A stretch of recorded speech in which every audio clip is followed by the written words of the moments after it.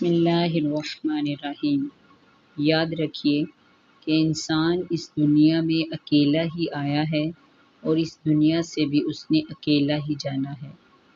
دنیا کے مال و متاع، اہل و عیال، عزیز، رشتہ دار، دوست، احباب، ان میں سے کوئی بھی اس کے ساتھ قبر میں نہیں جائے گا، بلکہ سب اسے قبر کے تاریک گھڑے میں تنہا اور اکیلا چھوڑ کر واپس آ جائیں گے۔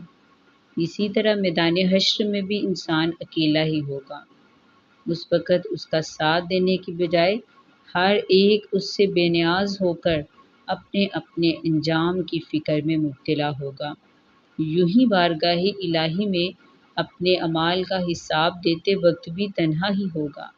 لہٰذا عقل مندی کا تقاضا ہے کہ دنیا کی زندگی میں رہتے ہوئے اپنے ایسے ساتھی بنا لیے جائیں جو قبر کی وحشت انگیز تنہائی میں انسیت اور غم خواری کا باعث بن سکیں، اور قیامت کے دن نفسا نفسی کے ہولناک عالم میں تسکین کا سبب بن سکیں۔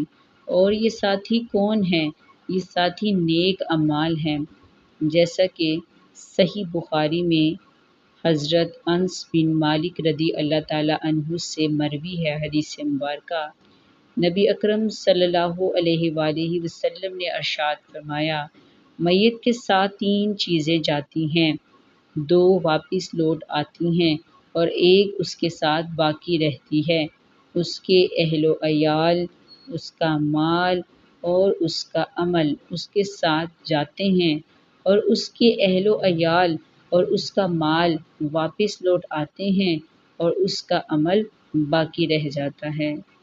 لہٰذا اپنے انجام کی فکر کریں کہ آگے ہم نے کیا بھیجا ہے اور ہم نے کس طرح جواب دہ ہونا ہے۔